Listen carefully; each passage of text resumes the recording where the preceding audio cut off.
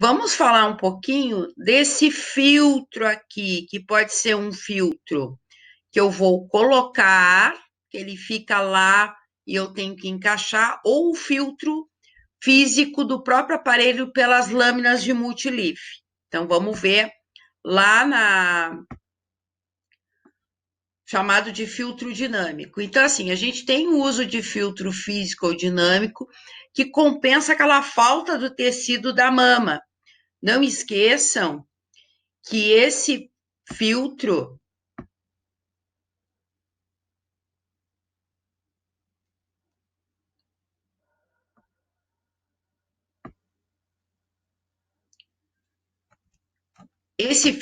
ele vai compensar a falta de mama que eu tenho aqui em cima, porque o tecido é maior aqui, ó. Aqui eu tenho mais tecido que aqui em cima. Então, aquele filtro é colocado para compensar e dar homogeneidade, chegar à mesma dose em toda a mama, no centro da mama. Então, eu tenho o filtro para o lâmina, que é a física médica quem calcula isso quando é feito por fechamento assimétrico de diafragma. Esse aqui é o fechamento assimétrico de diafragma. Ó. Ela vai fechando e vai tirando a dose da parte superior da mama, do mamilo ao peitoral. Então, aqui vai sempre fechar do mamilo ao peitoral. Fecha do mamilo ao peitoral. Então, sempre vai estar irradiando até o final na região do peitoral, onde tem mais tecido. E tirar a dose do outro. Ou eu posso usar essa cunha, que elas têm vários feitios, cada mama vai ter. E ela é chamada por ângulos. 5 graus, 10 graus, 15 graus, tá? Isso compensa aquela falta de tecido. Então, aqui eu coloquei, isso aqui foi tirado do físico médico do Lucas Radish, que é um físico da PUC, tá? Do São Lucas, e aqui tem o endereço do trabalho dele sobre radioterapia. Se vocês quiserem olhar todo o trabalho, ele fala de doses da região do tórax, os filtros, tem mais a parte física explicadinha ali, ele está visível no Google, é um trabalho de apresentação dele, e eu copiei na íntegra, porque é trabalho de físico, isso não é coisa do técnico.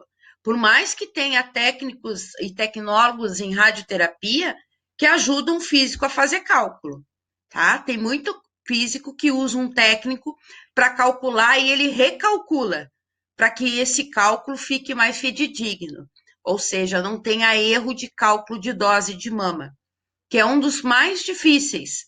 Então, se faz isso para ter a segurança de que o exame vai sair bom.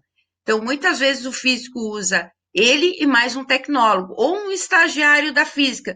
No caso do São Lucas, como tem a faculdade, eles pegam muitos dos residentes de física médica para ajudar nos cálculos, né? Mas, por exemplo, na Santa Casa, às vezes é um técnico que faz esse cálculo, tá? No COR também, para depois o físico refazer o cálculo. Mas aí é um técnico que foi deslocado lá para aquela área. Eles fazem tipo uma escala para que a gente saiba fazer os cálculos e tenha uma noção de dose que acontece nas mamas.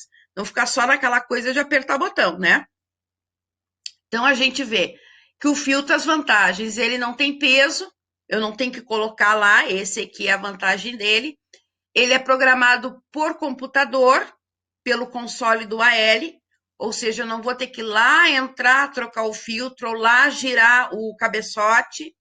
Ele permite maiores tamanhos de campo, diminui a dose na pele, é menos dose espalhada, tem mais ângulos disponível, o campo luminoso não é bloqueado. Qual é a desvantagem? A dosimetria é mais complexa. Exige maior controle de qualidade, porque a dose realmente fica grande, e apenas uma direção, in ou out, de colimadores Y. Não uso colimadores X. Y, tá? Esse fechamento de diafragma nesse sentido, eu não consigo fazer no outro. Então, não permite executar pequenas ou uns, são desvios de limitação operacional. Isso é a linguagem deles, certo? Aí vamos aqui, como é que é essa mama? Como é que eu sei a área de tratamento? Quanto eu vou abrir de colimador? A gente sempre vai demarcar a mama, geralmente o médico desenha na mama, a gente vai lá posicionar e vai abrir o colimador de acordo com a paciente, conforme os riscos que estão aqui. Então, por exemplo, a mama presente, geralmente planejamento 2D, são duas tangenciais, uma tangencial médio lateral e uma lateromedial. Então, o limite superior é de 10 milímetros da margem inferior do externo clavicular. Olha só, o limite superior. Eu vou ter 10 milímetros da margem inferior da articulação externo clavicular. Depois eu tenho o limite inferior, que é 10 milímetros do sulco inframamário. O sulco é essa região da voltinha. O limite posterior, no máximo, é 3 centímetros de pulmão, que eu disse para vocês que a margem de segurança é 2. E o limite medial é a linha média. Essa linha aqui é a linha média, bem no meio do externo. E a linha lateral é na linha axilar média ou posterior. Linha axilar média ou posterior, ó, pegando toda a raiz da mama. E aí a gente tem, às vezes, quando a mama tem invasão, quando o tumor não é in situ, e sim invasivo, dá necessidade de fazer tratamento nessa região da fossa supraclavicular. Então, aqui a gente vai ter que geralmente o GAN triangula 10 a 15 graus, o GANTRI é o tubo de raio-x, em direção oposta à linha média do paciente. Então, ele gira para esse sentido. Se eu estiver tratando essa mama, vai girar para o lado de cá. Se eu estiver tratando essa mama. O que eu tenho que cuidar ainda? Que esse limite superior acima da articulação do acrômio clavicular fica na borda de T11. E que o limite inferior da borda inferior fica na cabeça da clavícula. E o limite lateral, a articulação acrômio clavicular, cabeça acrômio. Limite medial, processo transverso, proteção de medula. E o campo AP com ângulo de Gantry para proteção da medula, 10 a 15 graus. A prescrição de doses são 3 centímetros de profundidade. É quanto vai entrar para dentro da pele. Por exemplo, se ele quer 2.200 centígrados, ele calcula 3 centímetros de profundidade. Isso é a parte física, para vocês entenderem a linguagem, tá? Tem ainda o giro de mesa, que eu vou falar depois. Marcação na pele. Então, tá vendo aqui, ó, tangencial médio lateral, tangencial látero-medial. Então, eu preciso de uma tatuagem aqui, uma tatuagem aqui, que é a de centro, e uma tatuagem aqui. Limite superior, limite inferior. Na látero-medial, eu preciso... Isso aqui tem que ser uma sombra do colimador que esteja irradiando. Ele tem que formar nessa luz aqui, ó. Então, vai uma tatuagem aqui, uma aqui e uma no meio. Uma tatuagem no canto inferior, no canto superior e a de centro. E essas que estão em verde, significa que os lasers têm que bater. Além disso, tanto o laser de centro, que é a linha do centro do tubo, ele vai inclinar e tu vai enxergar o do teto, vai ter que estar batendo aqui. Por que precisa? Para saber se a paciente não mexeu durante o tratamento. Então, quando eu entro para virar, eu olho para ver se está batendo e vejo se a linha lateral está batendo aqui também. Então, se está batendo, tranquilo. Os lasers têm que bater aqui porque o laser é para centragem. Lá na marcação da pele, quando a gente faz o portal, faz a radiografia para ver se está tudo ok, se coloca o tipo de um ferrinho no limite inferior da mama, superior da mama, para mostrar o limite de campo. Então, se radiografa para ver se não está tendo, se está tendo algum perigo desse centro ser comprometido, porque vai um bloco que vai ser colocado bem aqui para barrar a radiação, é colocado no meio. Então, primeiro se localiza e trata a mama e depois se desloca para a fossa supraclavicular. Esse é o tratamento, ó. Estou tratando daqui, da médio lateral, depois ele vai virar e vai tratar por aqui látero medial. E essa é a imagem que tem que fazer, ó. Qual é o erro que tem aqui? Vocês estão vendo que eu não estou pegando o pulmão, eu tenho que pegar os 2 centímetros de pulmão. Como é que eu faço essa demarcação? Da onde que eu tiro esses ângulos? Como é que é feita essa angulação? Bom, se usa lá uma régua para medir os ângulos de mama, que é esta aqui. Aqui tem uma bolinha de chumbo que ela vai correr. E eu vou colocar essa aqui no limite medial e essa no limite lateral da mama. É assim que se mede. Ó. Essa bolinha ela vai correr e me dá um ângulo de tangencial da mama. Esse ângulo de tangencial é que eu vou tratar. E aí, como funciona essa medida? Vamos supor que tenha dado 40, um ângulo de 40 aqui, porque elas estão tratando a mama esquerda. Vamos supor que tenha dado aqui no 40. Eu mediu a régua, se contou quando tinha que descer, 10, 20, 30, 40, 50, e deu o ângulo de 40, tá? Deu o ângulo de 40. Esse era o ângulo que eu tenho que tratar. Bom, não vou usar 40. A gente tem uma manha de medir 40 e cai 5. Porque quando eu faço essa queda de 5, eu vou conseguir manter os 2 centímetros de pulmão. Geralmente dá certinho. Em alguns locais, eles não colocam essa queda. Eles colocam uma queda de 2 graus, 3 graus. Nós aqui caímos 5 graus.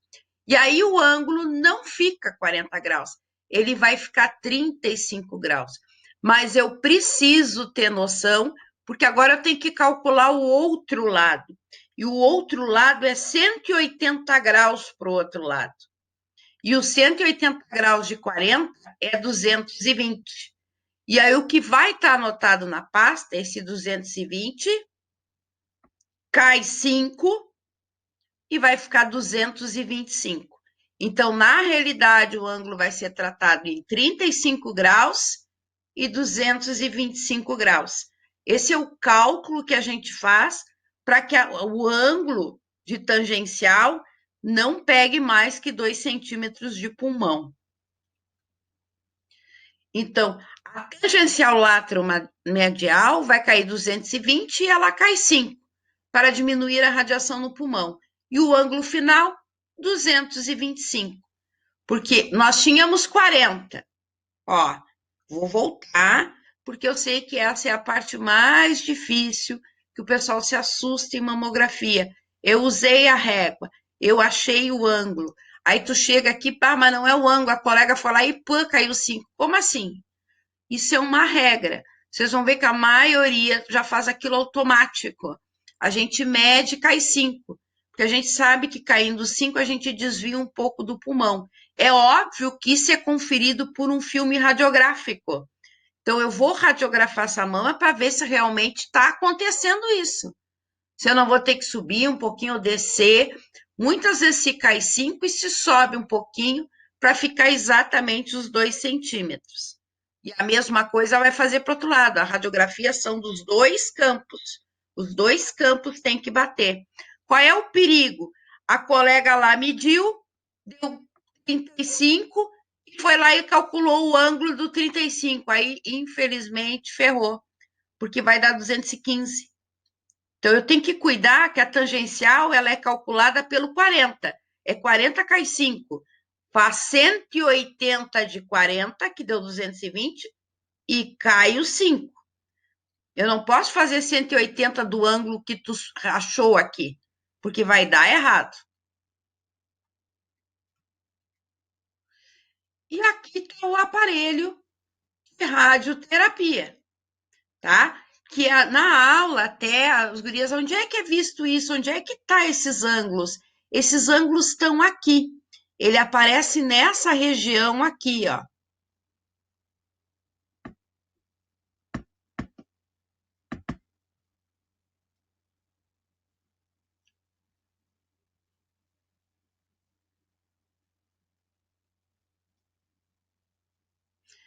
Ele vai aparecer nessa região aqui. Aqui que ele fica aparecendo os ângulos. Ou ele é mecânico, tá? Os ângulos aqui tem a bolinha mostrando onde é que ele tá. Ou ele tem uma setinha mostrando, ou ele é digital. Aparece escrito aqui.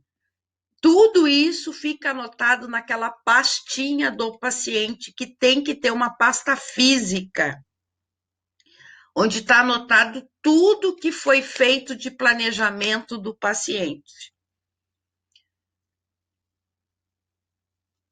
A cunha, mamografia, seja com colimador dinâmico, ou seja, com colimador físico, com o filtro físico, sempre a parte do filtro mais grossa é colocada na região mais fina, ou seja, essa parte maior da cunha sempre vai ficar na região do mamilo, porque essa área aqui, ó, é que tem menos tecido.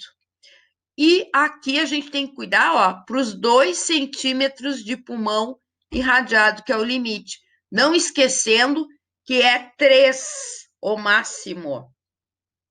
Até 3 é aceito. A gente tenta manter os 2.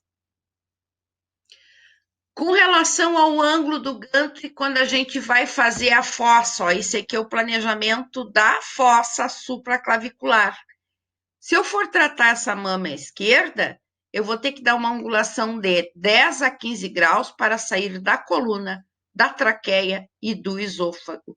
E a mesa que a paciente está deitada, ó, retinha aqui, ela vai ter que inclinar 5 graus, para que eu faia totalmente da medula. Gente, é muito perigoso, não esqueçam. Se eu esqueço essas angulações, eu dou dose na medula.